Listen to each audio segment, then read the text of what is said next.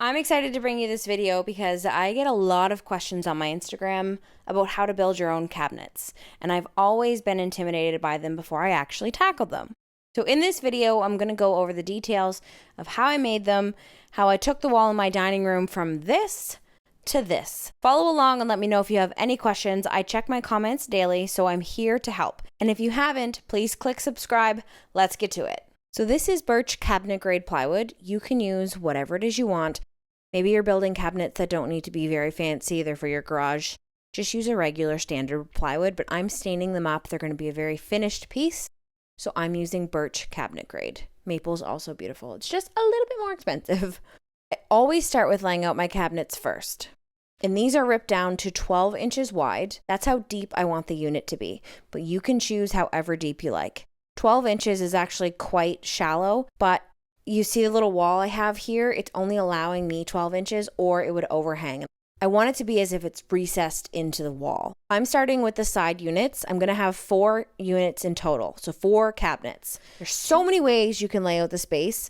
I typically sit and redesign whatever unit I'm building several times before I land on something that I absolutely love. Putting these little units together is super easy because they're only 12 inches wide. I use my framing square to lay them out and help me keep them straight once I screw them in. Those are all cut. I lay out where I want my shelves to be. They're going to be 14 inches apart or 14 inches in height, however you want to look at it. Again, choose what you like. You can also make them adjustable, but these are such tall cabinets that I do suggest having a few that are stationary and keep the unit together. Then I cut my shelves to length for the 2 larger units.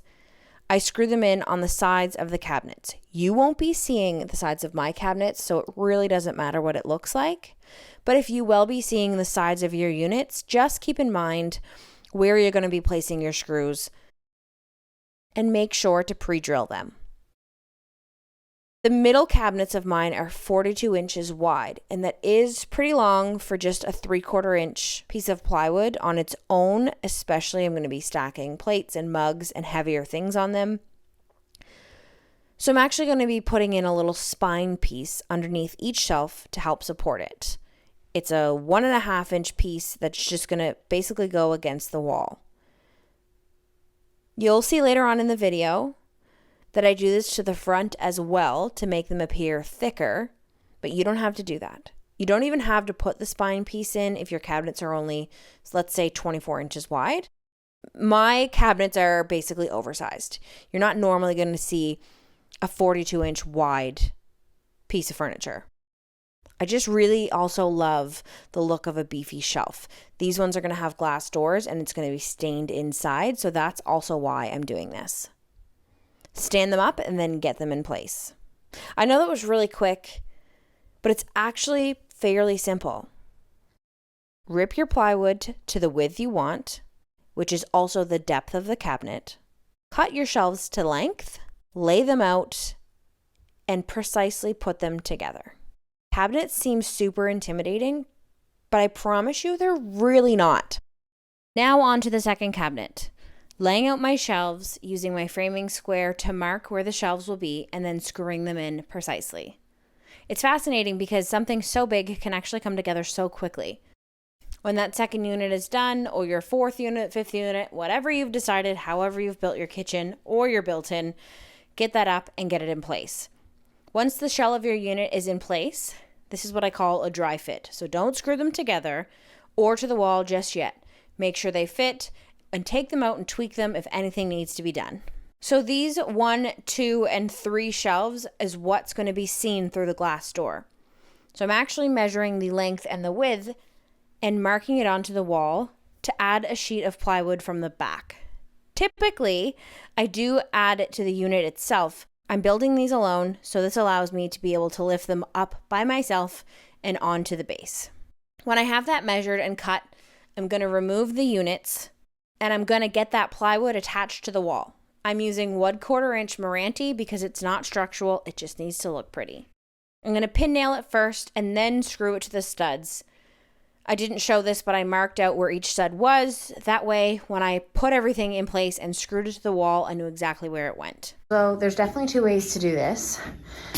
Obviously, one way would be to mount the backers directly onto the shelving units, but since it's just me, I didn't want to do that many cuts.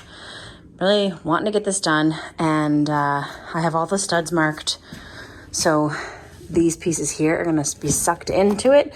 So essentially it will become one unit. It just won't become one unit until after it's installed. I'm going to continue the shelves on this side all the way down. That's my dog drinking. And that is for my broom. The reason I didn't put a shelf here is I'm actually going to divide it this way. And I'm going to do recycle and garbage, or just garbage, but I want to have one that's sort of tucked away and hidden.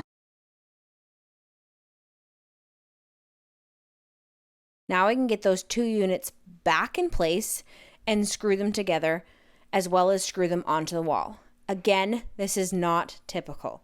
Usually I do attach them to the back of the cabinet unit, but I'm working alone here and I had to improvise. I also haven't mentioned, in this video I'm actually 4 months pregnant, so it's another reason not to heavy lift.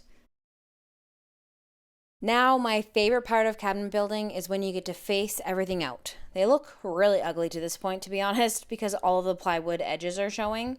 So I milled down some wood that I had at a 1/2 inch thick and 1.5 inches wide, which is the width of 2 plywood sides coming together.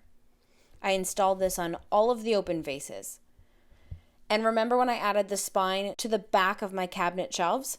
Well, now I'm going to add a spine piece to the front of the unit. And then with the leftover Meranti, I'm going to cut some pieces the size of the shelves, and I'm just going to pin them up almost as if they're a ceiling to the shelf. But you can see now that they look thick and beefy. I don't know why I always call the shelves beefy, but I just love like a big chunky piece of furniture. This was the look I was going for. Again, you don't have to mirror this step, but this is a way to make your shelves look thick without doubling the plywood. You save money and you save material. Once all of that was done, I wood filled and I sanded it all. And sanded. And sanded. Make sure you're careful at where your joints are though. Don't have 2 face pieces meet where you will see them in the glass. All of my uprights went from floor to ceiling, and then I placed my vertical pieces after that.